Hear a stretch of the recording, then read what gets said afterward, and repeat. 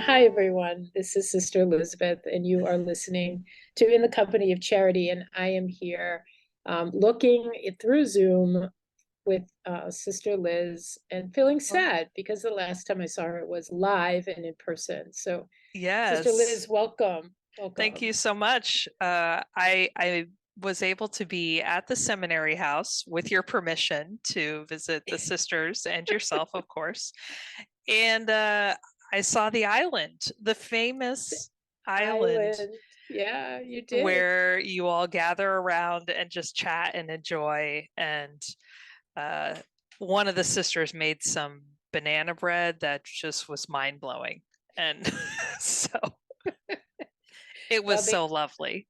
the island is a very sacred spot in our kitchen, and it's real. The real formation happens for sure, Mm. and it's a kind of a holy spot too because it's a little shrine. We have a Madonna of the kitchen there to remind us that we're there to nourish one another, but also we're there to make sure that each other feels safe and that we can share our lives together and to welcome people like yourself Hmm.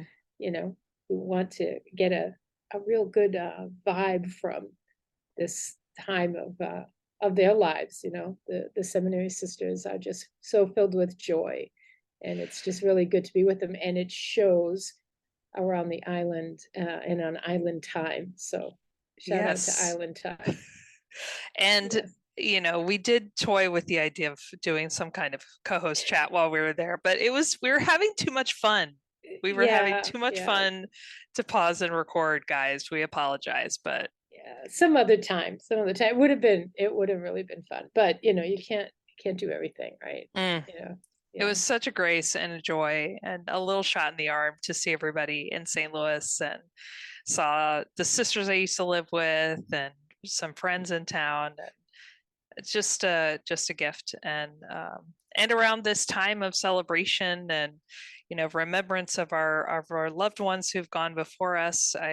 We had talked just before getting on of the ofrendas that are popping up always around Dia de los Muertos, and um, we had some beautiful at the parish and then also at Proyecto, beautiful altars with pictures of people's loved ones. And it's just always a cool thing to experience that cultural piece. Yeah, we have one in the seminary chapel, and it's really beautiful, and it's got friends and family members from each of the sisters, but also pictures. It's kind of, a combination of the saints in our lives and the souls in our lives and those we know are saints, and, just family members and community members and sisters who have gone before us, and just a combination of this powerhouse of people who have been in our lives and those souls who have gone to God, who are interceding for us. It's a really powerful, powerful experience. I was just sharing this evening. We on Sunday nights we have shared prayer, and I was just sharing, and many of us did kind of share about how we've spent time in the chapel, just reflecting on the faces from these pictures that are in this ofrenda and the offerings that everyone put forward, and these faces just take on such new life. I Mhm. was thinking, I wonder what their voices sound like, the people who I don't know, who are family members of the sister sitting beside me, or I think, who are these people, and how have they brought us to this place? Their witness of faith, the way they taught us the faith, the way they lived their own faith, all witnesses to us that gave us the strength to give our lives, to God in service of the poor. It's really beautiful, really Mm. amazing. Yeah, it's very empowering. Feels really good. So, Well, and it's a sign of our connection mm, spiritually, in the ways that we can't see, how we're all connected. And I do think that's a beautiful segue into our interview for today with Cross Catholic and Michelle, who just shares that experience of how their ministry is trying to bring together so many works all around the world, um, so that people can touch the lives of folks from everywhere. it of course is reminiscent of our work through International Project Services of how many projects are going on in the world to address a dire poverty. It is really a special work and a trusted work that Michelle and her team are doing. And I love it because it's you never know where your money is going to go if you give it somewhere else. But when you give through a channel like this, like Cross Catholic, like IPS, through the community, even, you know that that is all going to whatever specific project is designated. And their team is doing some excellent work there.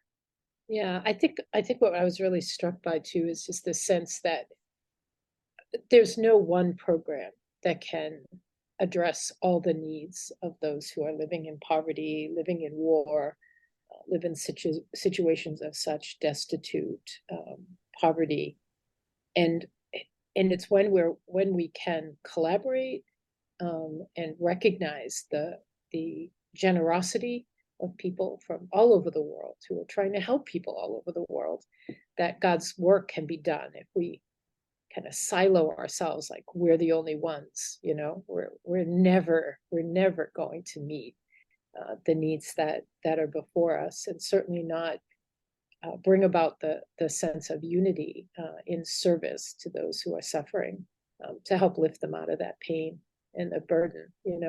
So I really appreciated the interview. It was really good, and I agree. Michelle just tells the story so well. Yeah, and some of it might be hard to listen to, especially the story she shares at the beginning. But I do think that's really, it speaks to the creativity and the resilience and the dedication of these, priests, sisters, lay people, dioceses that are taking what's given and multiplying it through the grace of God. And so we definitely encourage you guys to check them out, learn a little bit more about Cross Catholic and the good work that they're doing. And really, I think what comes through is to pray. We can't, we're not just do-gooders. We're not just social workers. We're people of faith who want to serve God and serve his people, materially and spiritually. And what a grace. And I think that's why we're kindred spirits, we think, with their ministry. So we present them to you, and stick with us for next time, the next podcast, and for Advent. We have an important, cool announcements about that coming up. But we love to hear from you. Contact us at companyofcharity@gmail.com. And send us your prayer requests. We're always praying for you guys, and we never take for granted any one of our listeners. We love you guys. Enjoy this episode.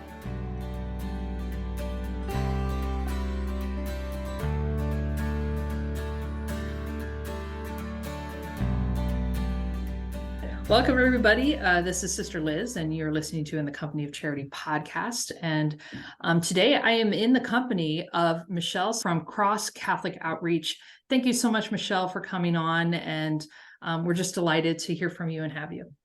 Oh, thank you, Sister Liz, for asking me to join you. I think we have a lot in common, and our approach of helping others. I look forward to this time together.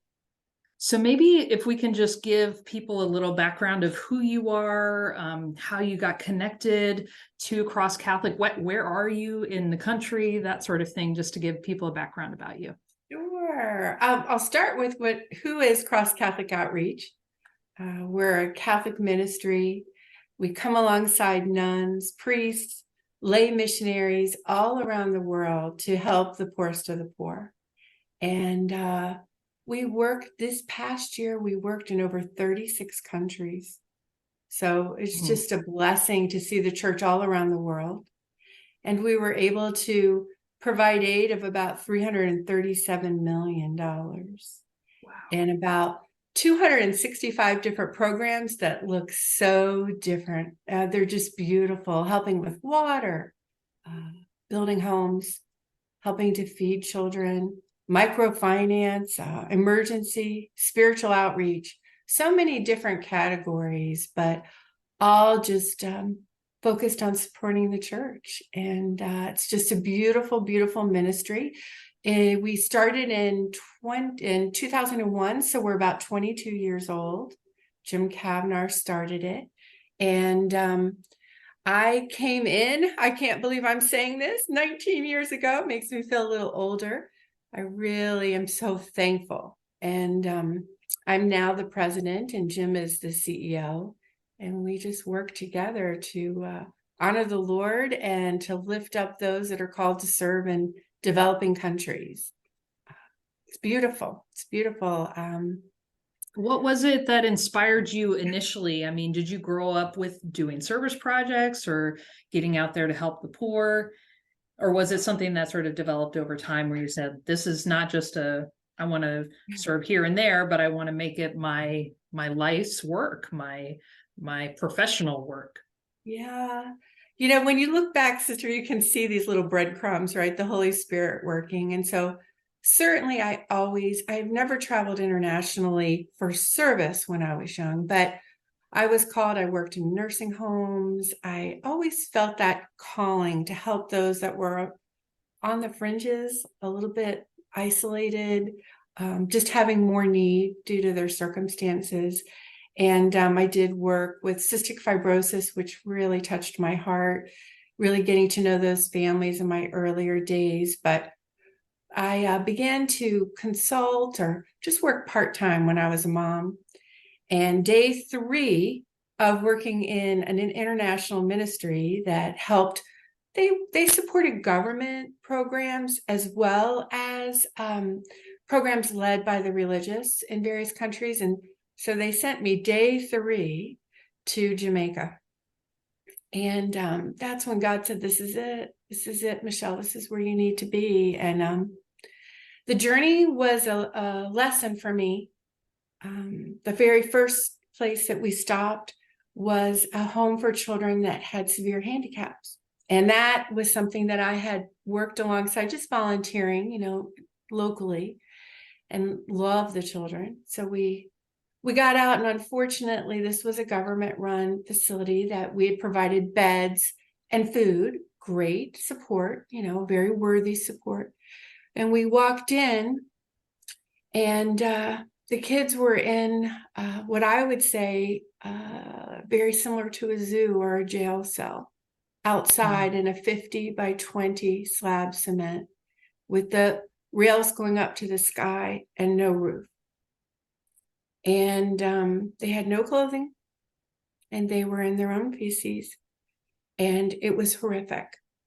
And of course, it was a surprise visit. They didn't know we were coming. I was new, had never been international. I've never seen the poverty that exists in developing countries. And it was just horrific to see. Everybody was running around trying to fix the problem. But the beds that we had given them were on the floor, were wet, and the same. You can imagine what that looked like in one little room. So I was really heartbroken. And we proceeded to the next stop, government-run old elderly home, which I had also in my younger years had a love for volunteering in the United States, but this one was quite different. And we had provided food there, but the food, Sister Liz, the food was in a bowl next to their bed. To me, it looked like they were treated like animals. That's all I can say, chained to their beds. And I was like, this is terrible. I don't understand how this can happen. So I was really disheartened, and I just didn't even know how to process it all. But the last stop, we provided this same food, big bags of rice and vitamins and nutrients mixed in, to old age home. That was an open air old age home, 2 stories. And we went in, and it was run by sisters. And we went in, and it was clean, and it was honorable, and you could feel the love of the Lord. And the same food that we gave to those other 2 places, the sisters had excess and asked us if we wanted to do a community feeding line, distribution, get to know the community. So it was hard coming back to the United States after that experience and really opening my mind to how our brothers and sisters are suffering. But the key that I took away from it is, it's a big statement or wording, integral human development. We talk about that a lot now in the Catholic Church, which is the spiritual, the material, and the social all together for change. That's what I think the Holy Spirit showed me, is that without God in the center, you can't have true change. It's the same with my family. It's the same in our community here. And it's definitely the same in how aid is given and how aid is surrounded by the Lord and the spiritual foundation of it. So it was a moment that changed my life. And I certainly did get to know developing countries after that. It was our mission. And a blessing and a good end to that story is that it took 3 years, but that ministry, it's not Cross Catholic, but that ministry that I was helping in did get those children out of that home. And Father Gregory Ramkinson, he runs Mustard Seed and several other beautiful programs. He took those children and they learned to be able to sit and to be able to eat and what love felt like. So long story, but it just changed my life. And I think I never felt I had the proper skills to do this. I never knew about all the needs, but he threw me in and he gave me the grace to just try to help as best that I can. And that's what our teams at Cross Catholic are doing. We at Cross Catholic, the difference is we only support Catholic programs. That doesn't mean the beneficiaries. The beneficiaries, no, but Catholic programs, because we believe so much that those are the best leaders around the world. The priests, the nuns, the missionaries, they know what is needed in Jamaica, in Haiti, in China, in Nicaragua. They know, and all they need is the financial support to be able to fulfill how God is calling them on that aspect. So anyway, that's how God brought me in. You just never know what he's going to do, right? Day 3 of my position there. Doesn't it make you want to, when you have that experience, you come home and you're like, I'm giving everything away, like you walk into a supermarket and say, this is ridiculous, Yes. like there's too much excess. It's just, it can be jarring after having an experience like that, where you see so much poverty and deprivation and suffering, and how we live in the US is just so different. And Right. what I feel like you have done is to transform that sort of, not like, oh, woe is me, I'm a terrible person, but let me transform that feeling of I've been given so much, so let me try to make things slightly better, for the people out there.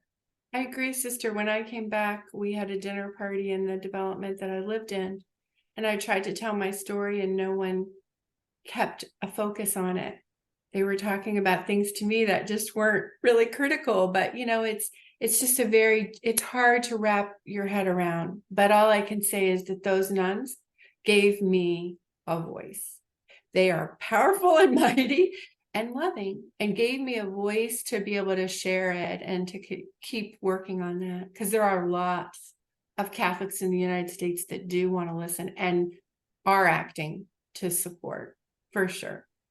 We just don't hear good.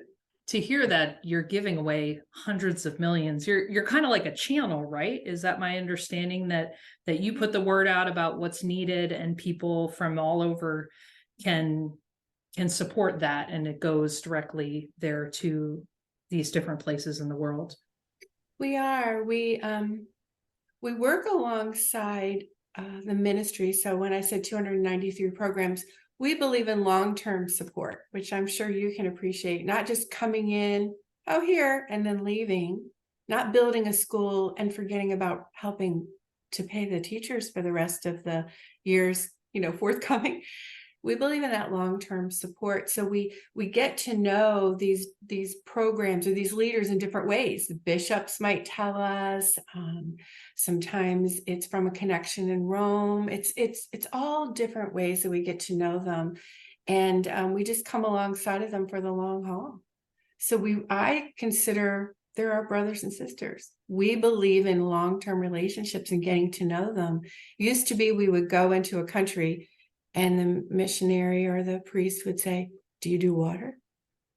"Yeah, well, we need water." "Do you do how?" They were trying to figure out what we would support. And Jim Kavanaugh, our founder, in his wisdom was like, "What is it that you need? What is it that you need? You tell us, because we want to support what you need." Now, of course, there's parameters, but it's pretty broad. As I mentioned earlier, there's a lot of different ways that we would support. So we do reach out to dedicated Catholics around the United States. We want to mobilize, that's our mission statement, the Catholic Church to help transform the poor spiritually and materially for the glory of Jesus Christ. So we have 250,000 active supporters that have given to us in the last couple of years that they're on fire for the church. They know that we need to come together. They want to help. And so those funds are placed towards those projects. And then after someone gives, if someone gives to a specific program, within 6 months, they'll receive an update, because you want to feel connected to what you did, right? You want to understand, what is Father Glenn Moe doing in Haiti, and what's Haiti like right now? Or what's happening to that water project that I supported last year? Did it just go in a big black hole, my funds, or did it really get to that diocese, and are people really drinking water right now? So. Can you talk a little bit? I know you and I offline had talked about your trip to the Vatican. What's the connection there, and what are you involved with going on those committees? Sure. In 2015, we received, it probably sounds just very academic, but a decree to be a public juridic person. And so we received that from the department and the dicastery that helps the Pope be able to give alms and to help in disaster relief. That has morphed with some of the changes that the Pope has made. And so now we are still doing the same thing, still have that special status, but we report to the dicastery for the service of charity. So that's just recently been formed over the last, I would say, 6 months or so. Mm-hmm. And we have been approved by the Pope to give aid in his name. So we've come alongside and supported what they're doing alongside of his desires. Most recently, the Ukraine. So we went to meet the cardinal of this new department, Cardinal Krajewski. Amazing man, just in the perfect called spot. I mean, just doing great things. And we reached out to him and said, "Hey, we want to come along and support you. What do you need for Ukraine?" So we helped support several ambulances that went there, prosthetics, food, other medical needs. That was their first kind of wave of support. So we went to meet with him just about a month ago to hear, how are things going? What are the big needs? This is, none of us at first thought it would be as bad as it is, and so ongoing. How can we help? And we brought another donation of support and just discussed, what are the biggest needs? And what I was really hearing him say is that the biggest needs are currently is food. And so we're able to step into that. Ukraine wasn't a developing country that we worked alongside at first, until this door opened and this terrible war began. But we are testing out some containers of food to go to support some of the internally displaced people and also the refugees in Poland, to see how can we get that through.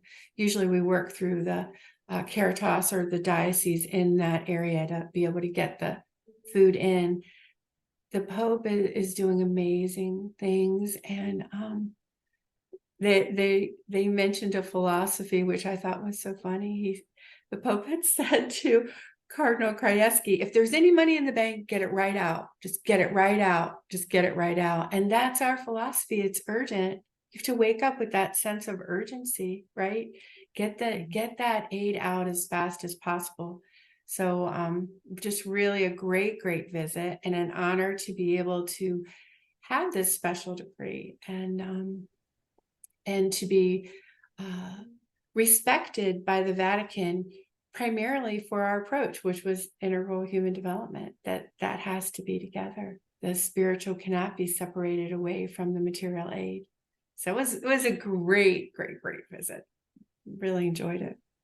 How do you sort of inculcate this spirituality of yours? I mean, I think we have an affinity because, you know, we're daughters of charity, and we have that call to the service of the poor. It's a fourth vow that we take. And so I can hear as you're talking, like, integral human development, respect for the human person, you know, dignity, these things about Catholic social teaching that are so foundational. I'm sure at some point you could feel just completely overwhelmed, and like you could despair because of all the suffering that's happening, or the news that comes your way because of these projects. So where is the spiritual, and how is that supporting you in this process, and your staff and the people that you're working with on these projects? Oh, sister, that's a wonderful question. First, in the field, as I mentioned, we only support priests, nuns, and lay missionaries that believe in this. We have come alongside some Catholic leaders that didn't want to have the spiritual as part of their material aid going out. They didn't want to integrate that for whatever reason, and that's just not our philosophy. But at the same time, with all the different programs that we work with, each order, each diocese, each bishop, they have such a different approach. So what we've done is we've asked them all when they each year request funding. So it's long term. We support them long term, but they put in what is God calling them to do this year? But we ask them, what is your spiritual approach? Just simply share with us. And we collected that from all the partners. And then we just, came up with just different kind of common themes that are simple, but have such deep roots, and ask them just to share stories about what that looks like to them.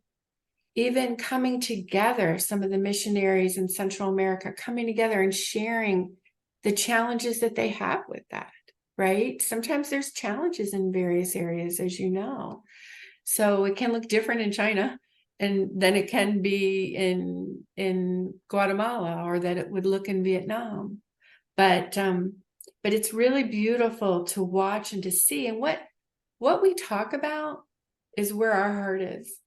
So if I was to go to the field and we were building homes, which across Catholic Outreach, the average home through all these partners, because they vary in price, because each one has a different approach, is about $9,000.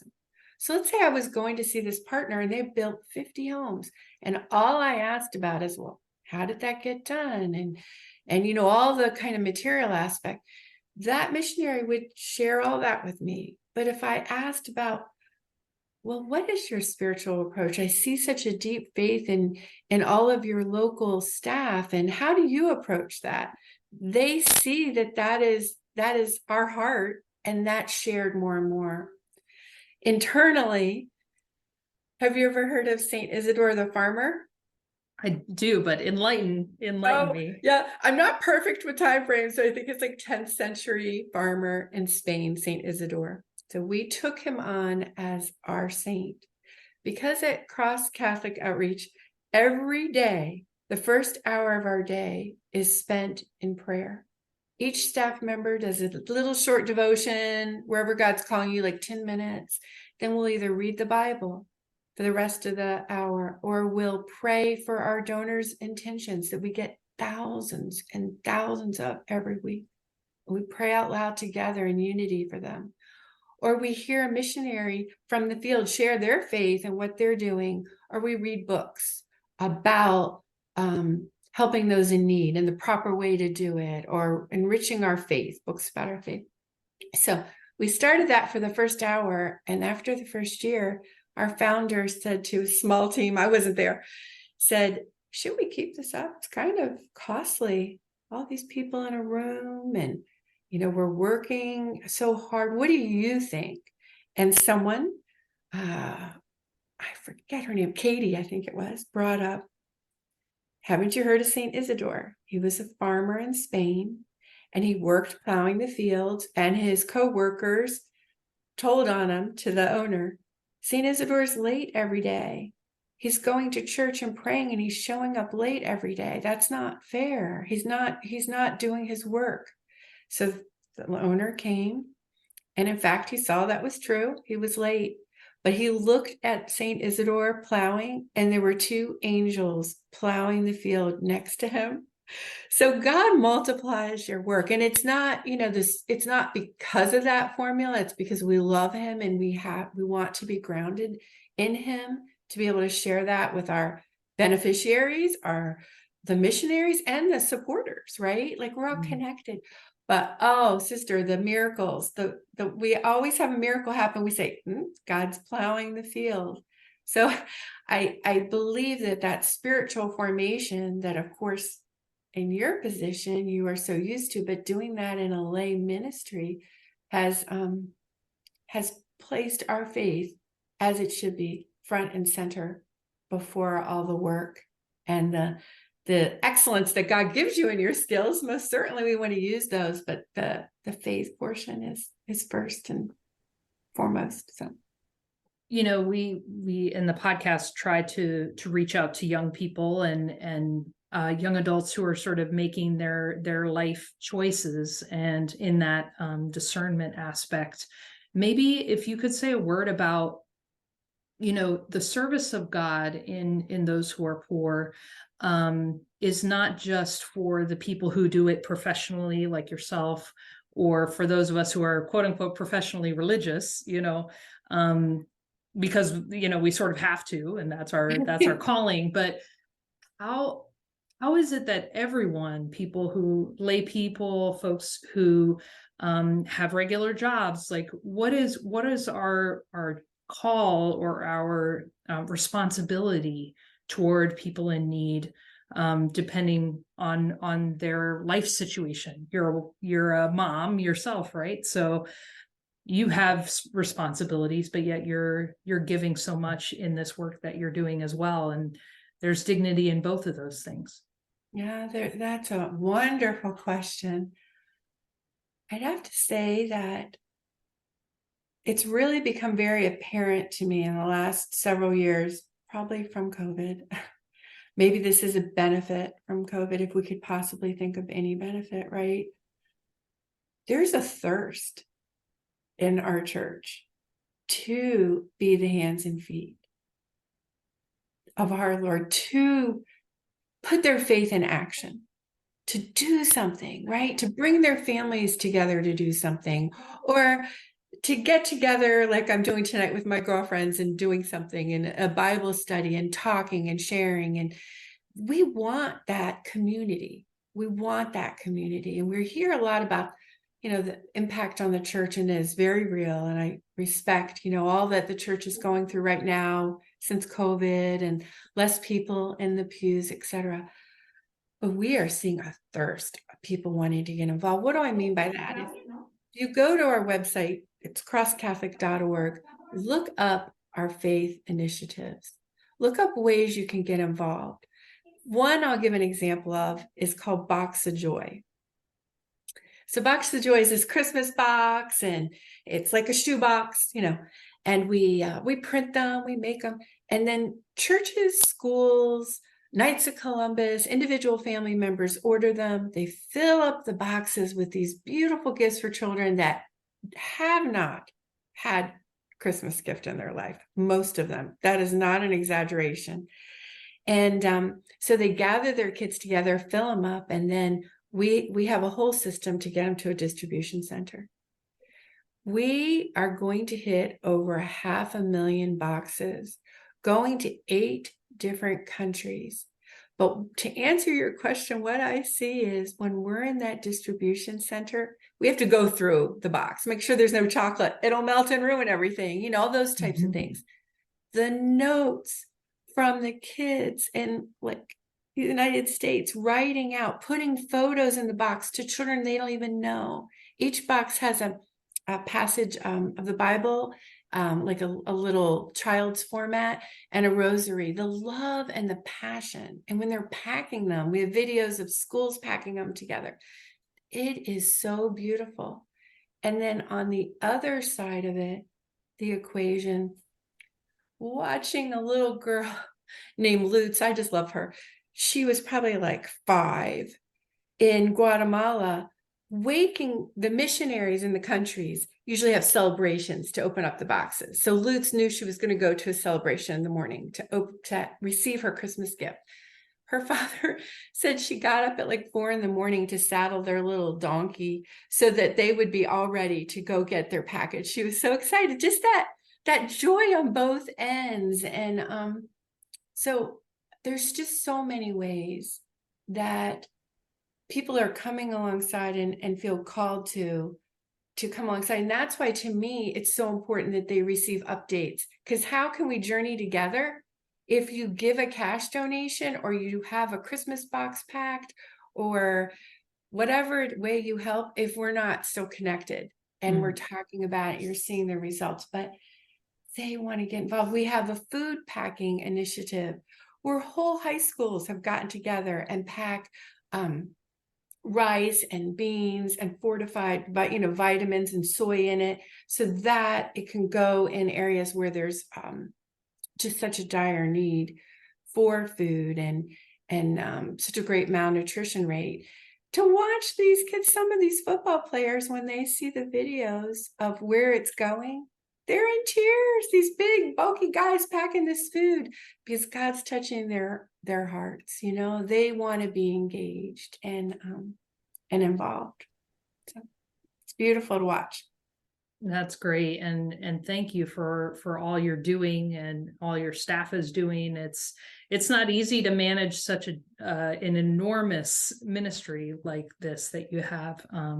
But I love to know that it comes from a place of prayer and of call and of dignity and respect. And so it's awesome to know more about what you guys are doing. Where's the best way for people to get connected and find out more about the projects that you have going and how they can support? Sure. I would recommend going to crosscatholic.org, and there's an arrow down that you can look at the various programs. Also, you can look at the Faith in Action, ways to get involved if that's something that is of interest. Right now, we're very focused on community transformation, working in full communities, and particularly water and housing is a huge need. So when you look under those programs, you can see we have over 69 wells that we're trying to build right now, which would provide water for over 200,000 people. Because in the areas that we work in, 8 out of 10 people in rural areas do not have access to water. So if that's something that touches your viewers' hearts, it's always a part of our ministry. And there's a huge need for that, for food. I think with the water, if you think about it, it's only $23 to provide one person water for life. One person. And it's ongoing. The support of it's ongoing. So crosscatholic.org, there's a lot of different programs and areas of help. Each person seems to be called to a different, God might call people to build a home, or 9,500 to have a roof over your head would be an absolute miracle. So there's all different ways. Excellent. Well, Michelle, thank you so much for taking the time, and many blessings on your ministry through the intercession of St. Isidore the Farmer. Well, thank you so much, Sister Liz. It's great being with you too.